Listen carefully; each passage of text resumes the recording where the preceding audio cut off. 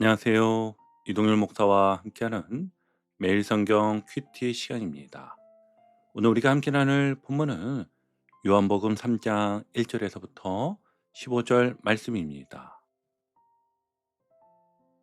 오늘 본문은 아주 조용하게 시작합니다.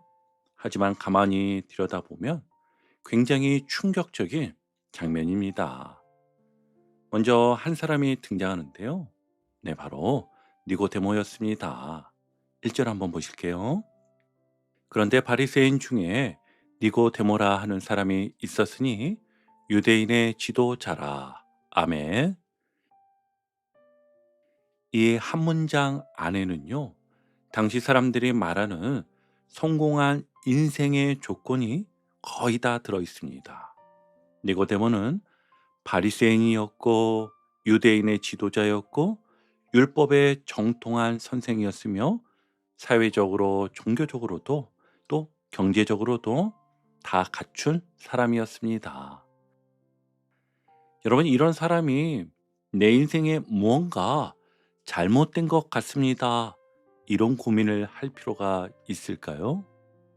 그런데 성경은 이렇게 이어서 말합니다. 그가 밤에 예수께 와서. 아멘. 이 밤이라는 표현은 1차적으로는 단순히 사람들 눈을 피해서 왔다는 의미도 있지만 요한복음에서는 그보다 훨씬 더 깊은 뜻을 담고 있는데요. 밤은 영적인 상태입니다.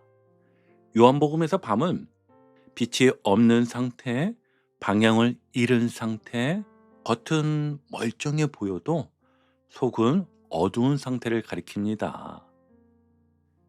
그러니까 이 말은 이런 뜻인 것이지요. 니고데모는 성공한 인생이었지만 그의 영혼은 밤에 속해 있었다. 여러분, 이 장면 참 현실적이지 않습니까? 회사에서는 인정받고 교회에서는 직분도 있고 가정에서도 큰 문제 없어 보이는데 정작 혼자 조용해지는 밤이 되면 마음이 허전하고 공허하고 이게 정말 다 맞나? 그런 질문이 올라오는 상태 말입니다. 그게 바로 니고데모의 밤이에요. 그런데 오늘 본문에서 정말 중요한 건 무엇이냐 하면 그 밤에 니고데모가 가만히 있지 않았다는 것입니다. 그는 밤에 머물지 않고 밤을 뚫고 빛을 향해 움직였습니다. 이 장면에서 요한복음 1장 5절 말씀이 자연스럽게 떠오르지 않나요? 빛이 어둠에 비추되 어둠이 깨닫지 못하더라. 오늘 본문은 이렇게 말하고 있는 것이죠. 어둠 한가운데 있던 사람이 드디어 빛을 향해 걸음을 옮기기 시작했다. 여러분, 이게 오늘 이야기의 출발점인 것입니다. 니고데모는요, 예수님께 이렇게 말합니다. 우리 2절 한번 볼게요. 라비여, 우리가 당신은 하나님께로부터 오신 선생인 줄 아나이다. 하나님이 함께 하시지 아니하시면 당신이 행하시는 이 표적을 아무도 할 수 없음이니이다. 아멘. 이 말은요, 굉장히 정중하고 신학적으로도 맞는 말이잖아요. 니고데모는 예수님을 무시하지 않았고 기적을 부정하지도 않았고 오히려 정확히 짚어서 말하였습니다. 당신은 하나님께로부터 오신 분입니다. 여러분, 여기까지 보면 니고데모는 정말 잘 믿는 사람처럼 보이는데요. 그런데 예수님의 반응이 어떻습니까? 칭찬하지 않으십니다. 그래, 네 말이 맞다. 조금 더 이야기해보자. 이렇게 말씀하지 않으십니다. 대신 예수님은 니고데모가 묻지도 않은 말을 하십니다. 3절이지요. 진실로 진실로 네게 이르노니 사람이 거듭나지 아니하면 하나님의 나라를 볼 수 없느니라. 아멘. 여러분, 왜 갑자기 이 말씀을 하셨을까요? 니고데모의 문제는요, 정보가 부족해서가 아니었습니다. 지식이 모자라서도 아니었습니다. 문제는요, 보는 눈이었습니다. 니고데모는 기적은 보았지만 하나님의 나라는 보지 못하고 있었던 겁니다. 그래서 예수님은 이렇게 말씀하시는 거예요. 니고데모야, 네가 지금 더 알아야 할 건 새로운 정보가 아니야. 네가 필요한 건 관점의 교정이 아니라 존재의 변화야. 여러분, 여기서 거듭나다라는 말은요, 단순히 조금 더 열심히 신앙생활 하라는 말이 아닙니다. 신앙 업그레이드가 아니라 출발 자체가 바뀌어야 한다는 선언입니다. 이걸 이렇게 비유하면 이런 것이죠. 아무리 좋은 안경을 써도 눈 자체가 문제가 있으면 세상이 제대로 보이지 않듯이, 아무리 좋은 설교를 듣고 아무리 많은 성경 지식을 가져도 본성이 바뀌지 않으면 하나님의 나라는 보이지 않는다는 것입니다. 여러분, 이 말씀이 참 우리 삶에 가까운 것 같습니다. 교회는 오래 다녔고 말씀도 많이 알고 신앙 이야기도 익숙한데, 정작 선택의 순간에는 여전히 손해볼까 두렵고 인정받고 싶고 내 안전이 먼저인 모습 말입니다.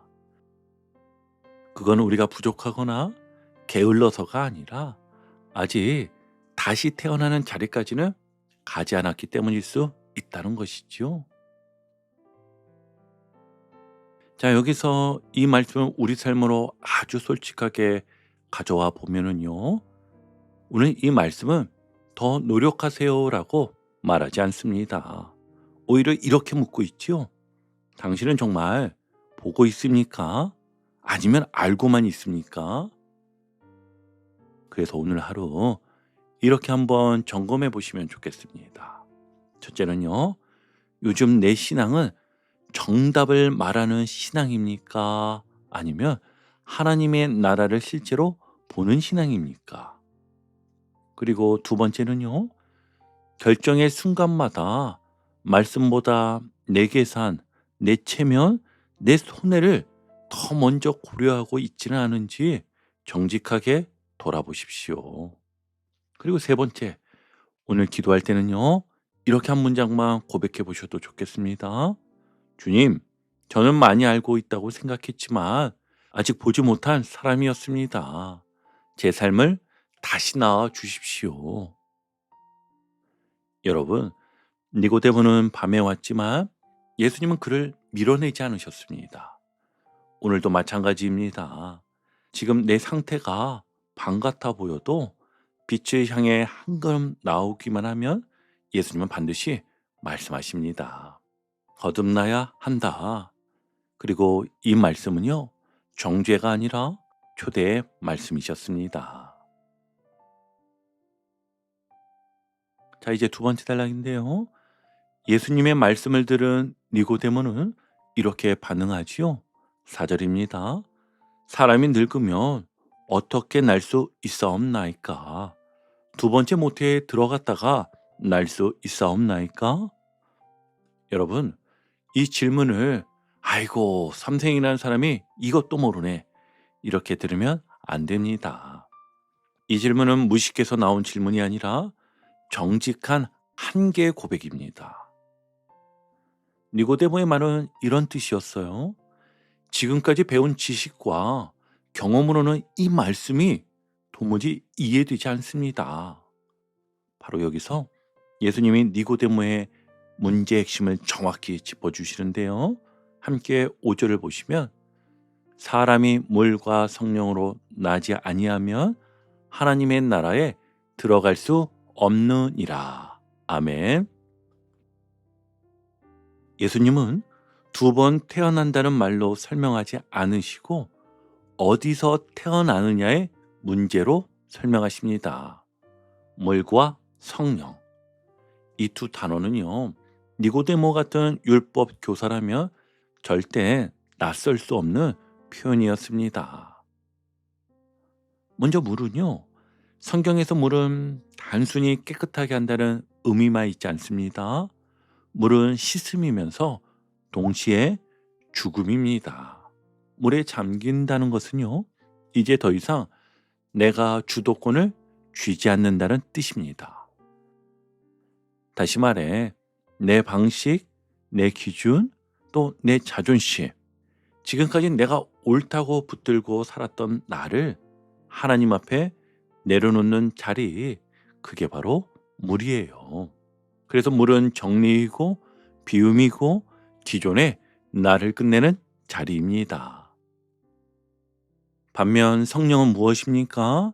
성령은 위로부터 오는 새로운 생명입니다. 내가 애써 만들어내는 변화가 아니고 내가 훈련해서 길러내는 힘도 아닙니다. 밖에서, 위에서 하나님께로부터 주어지는 생명입니다. 그러니까 예수님이 말씀하시는 거듭남은요, 네가 더 잘해봐라, 그것이 아니라 네가 먼저 비워라, 그러면 내가 채우겠다는 초대인 것이지요. 물이 먼저이고 그 다음이 성령입니다. 내가 비워지지 않으면 성령이 채워질 공간이 없고, 내가 죽지 않으면 새 생명이 시작될 자리가 없습니다. 그래서 거듭남은요, 조금 고쳐지는 사건이 아니라 끝나고 다시 시작되는 시간인 것입니다. 그러니까 예수님은 니고데모에게 이렇게 말씀하시는 것이지요. 니고데모야, 네가 조금 더 노력해서 바뀌는 문제가 아니다. 너의 본성 자체가 완전히 다른 출발점에서 시작되어야 한다. 그리고 이게 왜 중요한지 예수님은 아주 분명한 말씀으로 덧붙여 주십니다. 우리 6절을 같이 보실게요. 육으로 난 것은 육이요, 영으로 난 것은 영이니. 아멘. 여러분, 아무리 깨끗한 물로 씻어도 돼지는요, 여전히 돼지잖아요. 본성이 바뀌지 않으면 행동은 잠깐 달라질 수 있어도 방향은요, 다시 돌아오게 되지요. 그래서 예수님은 신앙을 개선의 문제로 다루지 않으십니다. 탄생의 문제로 다루십니다. 다시 한번요. 예수님은요, 신앙을 개선의 문제로 다루지 않습니다. 탄생의 문제로 다루십니다. 그리고 이렇게 덧붙이셨습니다. 8절입니다. 바람이 임의로 불매 네가 그 소리는 들어도 어디서 와서 어디로 가는지 알지 못하나니 성령으로 난 사람도 다 그러하니라. 아멘. 여러분, 바람은 보이지 않습니다. 하지만 바람이 불면 분명한 흔적이 남습니다. 나뭇잎이 흔들리고 방향이 바뀌고 공기가 달라집니다. 성령도 그렇습니다. 성령으로 거듭난 사람은 갑자기 완벽해지지 않습니다. 그런데 분명히 달라집니다. 예전에는 손해가 무서웠는데 이제는 진실을 선택하려 애쓰고요. 예전에는 인정이 중요했는데 이제는 주님 앞에 서는 것이 더 중요해지고, 예전에는 내가 옳다가 기준이었는데 이제는 주님 뜻이 무엇일까를 묻게 됩니다. 이게 성령의 바람이 지나간 흔적인 것이지요. 이제 우리 삶을 아주 현실적으로 돌아보겠습니다. 혹시 우리의 신앙이 이 정도에 머물러 있지는 않습니까? 너무 불안할 때 기도를 조금 더 하고, 욕심이 커질 때 스스로 좀 조절을 하고, 상황이 힘들 때 말씀으로 마음을 달래는 모습. 여러분, 이 모습 자체가 나쁘다는 말은 절대 아니에요. 하지만 반드시 점검은 필요하다는 것입니다. 왜냐하면 이건 조절된 삶일 수는 있어도 반드시 거듭난 삶은 아닐 수 있기 때문입니다. 그래서 오늘 이 질문 하나만 붙잡아 보시면 좋겠습니다. 지금 이 선택은 본성에서 나온 선택인가? 성령의 바람에 반응의 선택인가? 그리고 작은 한 가지라도 의식적으로 이렇게 살아보십시오. 손해 같아 보여도 정직을 택하고 말 한마디 참아야 할 때 침묵을 택하고 내 주장보다 화해를 택해 보십시오. 그 자리가 바로 성령의 바람이 지나가는 자리인 것입니다. 자, 이제 마지막 단락인데요. 니고데모는요, 여전히 묻습니다. 9절을 한번 보실까요? 어찌 그러한 일이 있을 수 있나이까? 여기에는 답답함도 있고 포기하지 못한 갈망도 담겨 있습니다.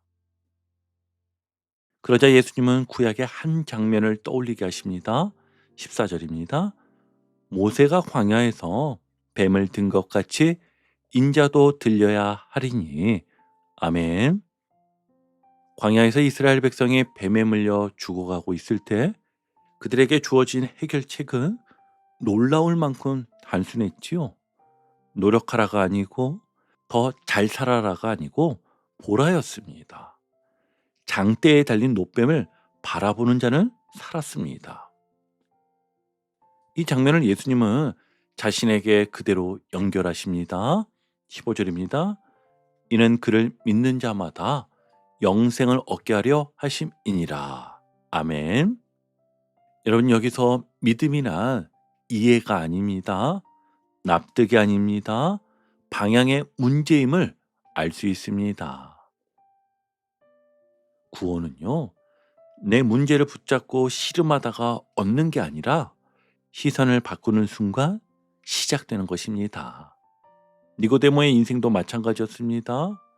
지금까지는 내가 이룬 거, 내가 가진 거, 내가 쌓은 지식, 이게 그의 시선이었잖아요. 근데 예수님은 그 시선을 십자가로 옮기라고 하십니다. 니고데모야, 내가 올라가려고 애쓰지 말고 들려질 나를 보아라. 오늘 이 마지막 단락의 말씀은 우리에게 아주 실제적인 초대를 합니다. 혹시 요즘 문제만 바라보고 계시진 않습니까? 가정 문제, 건강 문제, 또 재정 문제, 관계 문제.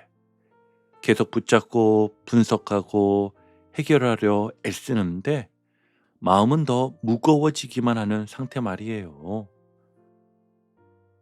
오늘은 이렇게 보시면 좋겠습니다. 문제를 내려놓고 설명을 멈추고 예수님을 바라보는 시간 5분을 가져보세요. 그리고 이렇게 고백해 보시길 바랍니다. 주님, 저는 지금 이해하려 하기보다 주님을 바라보겠습니다. 살게 하시는 분은 주님이십니다. 그 순간요, 구원은 다시 현재가 될 것입니다. 이제 오늘 큐티를 정리하며 마무리하겠습니다. 오늘 니고데모의 이야기는 이렇게 정리할 수 있습니다. 아는 신앙에서 보는 신앙으로, 조절된 삶에서 거듭난 삶으로. 니고데모는 밤에 왔지만 그 밤은 끝이 아니었습니다. 밤에 예수님을 찾았다는 것은 이미 빛이 그의 삶에 들어오기 시작했다는 증거였지요. 오늘 우리의 모습도 그럴 수 있습니다. 아직 밤 같은 자리일 수 있지만 예수님을 향해 한 걸음 나오기만 하면 주님은 분명히 말씀하십니다. 거듭나야 한다. 그리고 이 말씀은 부담이 아니라 생명의 초대입니다. 오늘 밤에서 빛으로 나아가는 은혜가 우리 모두에게 있기를 주님의 이름으로 축복합니다. 아멘. 오늘도 복음의 기쁨과 확신으로 승리하는 하루 되시길 축복합니다. 함께 해주셔서 감사합니다. 내일 큐티 시간에 다시 뵙겠습니다.